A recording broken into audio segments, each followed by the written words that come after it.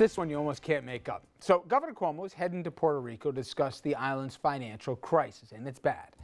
And he's going to be bringing some top Democrats, including the City Council Speaker, Melissa Mark Viverito, the Attorney General, Eric Schneiderman, and the City Controller, Scott Stringer. Well, take a guess whose name I didn't mention. Well, if you guessed one, Bill De Blasio, you would be right. He's left behind, and him being left behind is not this mayor's biggest problem right now, we know. The homeless situation, though, could be, as we talked about last segment. He's getting blamed for the spike in homelessness, fairly or not. Now, he defended himself on Brian Lehrer's NPR program this morning, saying it is the high cost of living that is sending more people out into the streets. At least he's not blaming the media this time. And in the middle of that, Lillian Barrios Paoli, who is de Blasio's top deputy dealing with the homeless, is stepping down. Okay, so with all that, on top of all the other problems that this mayor has had, self-inflicted or not, Jeannie wrote a recent piece saying, among other things, that it's a good thing that this mayor, if he pays attention, can turn this thing around. She's got some tips for him, and I'm going to start paraphrasing here, Jeannie, and then you jump in. Number one is that he should accept that harsh treatment comes with the job. The media is tough on every mayor. It didn't start with this guy. Number two, stop blaming the media for the difficulties because it's not going to do them any good. Number three, take every opportunity to speak to the public directly, or the narrative, I suppose, will get filled in for you, and fight the impression you're interested in something other than being mayor. So you don't think it's too late to turn this around. Some people, I won't name who, have already written this mayor's political obituary. I thought it's interesting. I was talking about this morning. How many mayors in the past could we trip off the tongue deputy mayors? Like, I remember Doctoroff. Even political advisors, Lynch to, you could go through all the names here. You would know these guys. I defy people to name who is the counselor, the advisor, or the attack dog for this mayor. You can't name anybody. What does he have to do to turn this around? I know you gave some outlines here, but specifically to show people he gets it, how would it look like?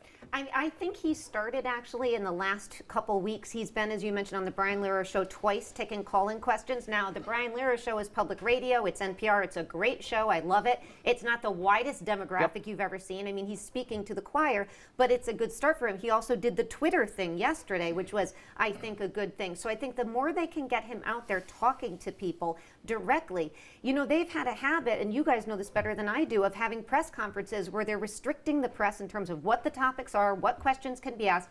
You almost get a sense that he's worried, he's frightened, and he's really good on the stump, as we saw during the election. So I think, number one, he's in the right direction getting out there. And as you mentioned, I think he's got to stop with the blaming the media and, oh, poor me. That's the reality of being mayor. Scott Stringer is not going to get as much attention as you are, and most of that attention will be critical. So I think he's got to deal with that and try to move forward. And I think also he's got to show that he really, really likes to be mayor. I just had a call from a reporter asking about the fact that he arrives at his job later in the day, and because his time schedule is that he goes to bed late. That's starting to weigh on people, and it's starting to raise questions. I think he's really got to show that he wants to do the job. Maybe it's a good thing that he didn't go to Puerto Rico, right? So if a media outlet carries a criticism from a critic of de Blasio, should he not respond to it? Oh, I think he should respond, but I don't think the response should be vetted through the press necessarily, and I don't think it should be in the form of these press releases. What I'd love to see him do is take questions from people like he's doing on Brian Lehrer's show, but doing it more directly. Do town hall meetings. Do other venues besides NPR, which is a great venue, but again, very restricted. Take tough questions from people as opposed, I love you all, you're all reporters, but as opposed to reporters, because what happens, as you mentioned, is that they then control the narrative, and I think that's what's really frustrating. And I think the same thing is true with, as you mentioned, the people. He's got some really good people working for him.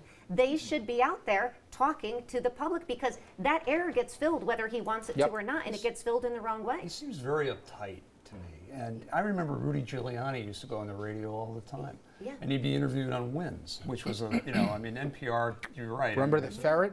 Yeah, exactly. And he gave it as good as he got it.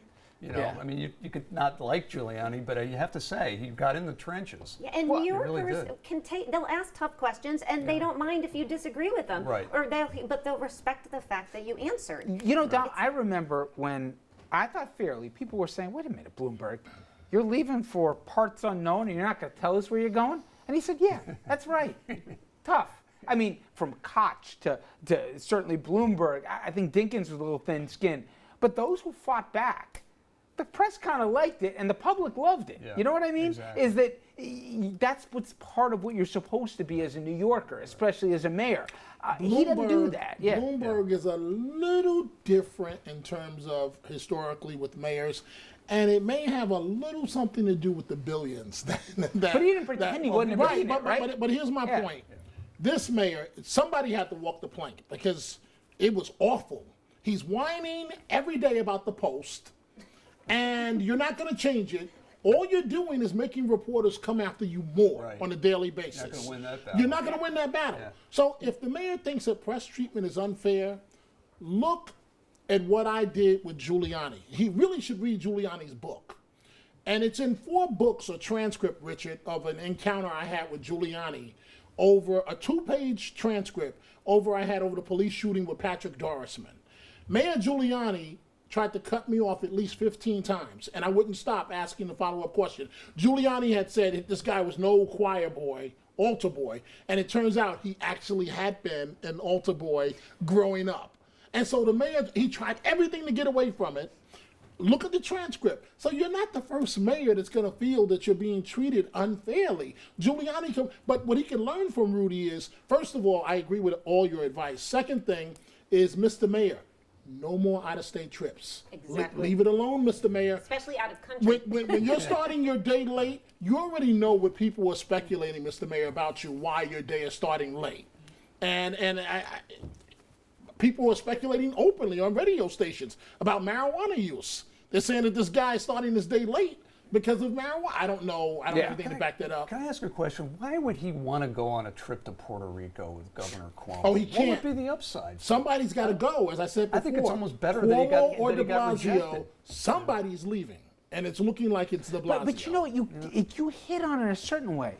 That he got the job, and I don't think this is even true, but the optics of it is, but he wants to be something else. He wants to be a national guy. He wants to have a show like this where he gets to talk about progressive ideas nationally.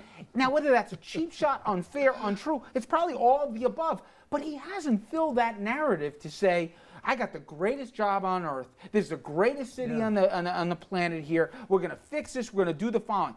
Look at homelessness. Look what's happened. He legitimately cares about the homeless. I think he does, right? And the woman who left, by the way, by all accounts, highly competent, organized, and for people who are advocates, cared more than anyone. But it seemed that there was a vacuum, and here's a guy who actually cares about the population, who found $10 million recently to go address the issue, and he's playing defense now like he doesn't care about it. And the fact is he actually does, and he's trying to do something about it. But into the void that he allows to be created is that there's a net management one more time and people are running rampant in New York And City. remember, this was the narrative during the campaign, that this guy is a campaigner. He's a great, he's a great campaigner, but he's not a good city manager. He won't manage the city. And that's been the building narrative, because it seems like he doesn't want to do the mundane tasks of running the city. And that's what I would say. Focus on that first. No overseas trips. No, he's going to now hold this thing about, progressivism in America, and the progressives, and try to, launch this presidential campaign for progressives. He shouldn't be doing that right now. He should be focusing on New York City solely. New York City resident, Andrew, optically, what could he do that would start to change? I think Gene's right. He started already to start having more of a presence. But silly, not small things, but dealing with the subways, dealing with congestion, dealing with quality of life stuff, I think would go a long way. I mean, keep in mind, on something like the subways, there's only so much that he can do. It's the MTA, and that plays you into know all it's of it. the No, I optics, understand. I would suggest that he be more proactive in some of these issues and say, here's what I'm going to try to do, as opposed to being reactive, which I think he's been on a lot of policies lately. The problem with that is when he's tried proactive policies and been shot down either by Albany or by other forces in the city, he's been lambasted for that. So he's something of a catch-22. And let's not forget, he's got a very narrow window here. Albany's back in session pretty soon, and he's going to have a terrible time up in Albany. come this And he come wants the winter. money. And he wants money. So Yep. he's got a small window to fix this. All right, since we're dishing out advice, so when we come back, we're going to be helping none other than Hillary Clinton. Nobody can debate the following. With the emails, and the State Department has released even more today, it's obvious this is a problem that, as much as she'd like here, will not go away by itself, and you can argue she's made the problem from bad to worse. So what can she do about it? We'll debate our options after this.